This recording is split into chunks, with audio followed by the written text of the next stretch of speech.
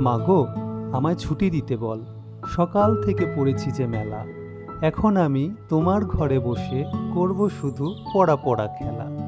তুমি বলছো দুপুর এখন সবে, না হয় যেন সত্যি হলো তাই। একদিনও কি দুপুরবেলা হলে বিকেল হলো মনে করতে নাই?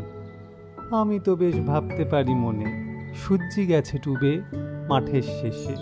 বাগদি বুড়ি চুবড়ি ভরে নিয়ে শাক তুলেছে পুকুর ধারে এসে। আধার হলো মাদার গাছের তলা, কালি হয়ে এলো দিঘির জল। হাটের থেকে সবাই এলো ফিরে, মাঠের থেকে এলো চাষির দল। মনে কর না উঠল সাঁঝের তারা, মনে কর না সন্ধে হলো যেন। রাতের বেলা দুপুর যদি হয়, দুপুর বেলা রাত হবে না কেন? নমস্কার।